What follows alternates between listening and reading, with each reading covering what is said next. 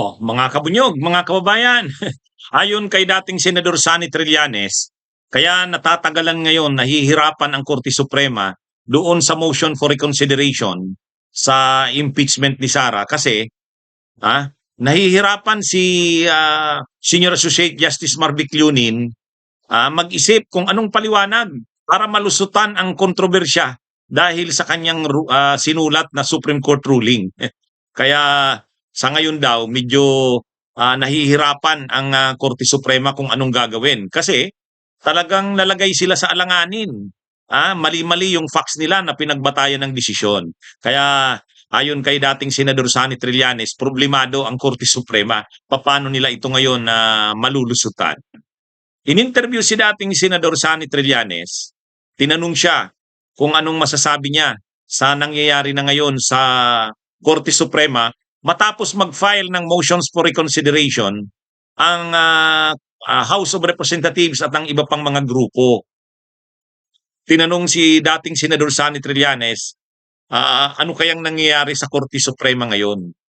Sabi ni dating Senador Sani Trillanes, ang totoo, hirap ang Korte Suprema kung paano i-dispose o kung ano ang gagawin sa mga final na motions for reconsideration.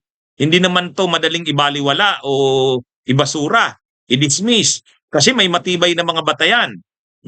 Kaya ayon kay Trillanes, hirap talaga ang Korte Suprema kasi siyempre ang mga grounds o ang mga batayan ng nasabing MRs o motions for reconsideration ay matitibay.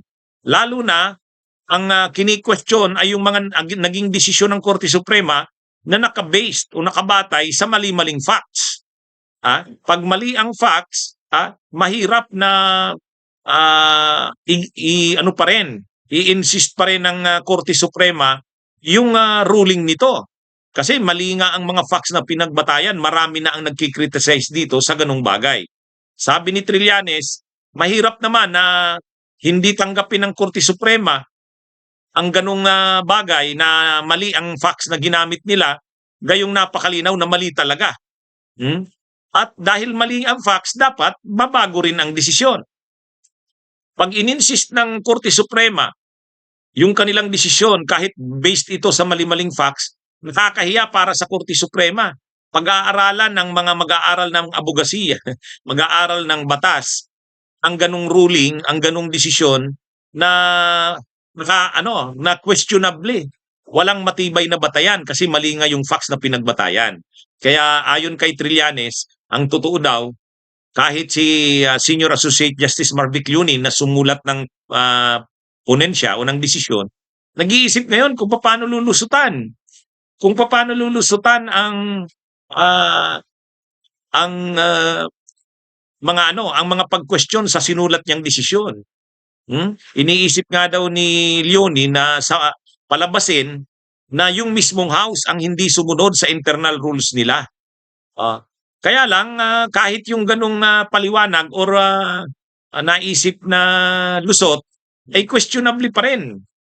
Hindi pa rin kakumbi-kumbinse. Kaya sabi ni Trillanes, nasa alanganing sitwasyon ngayon ang Korte Suprema. Hirap sila kung ano nang gagawin. Ayan mga kabunyog. Bunyog, bunyog, halikan na kasama ka. Bunyog, kapag buklod ay may pag-asa.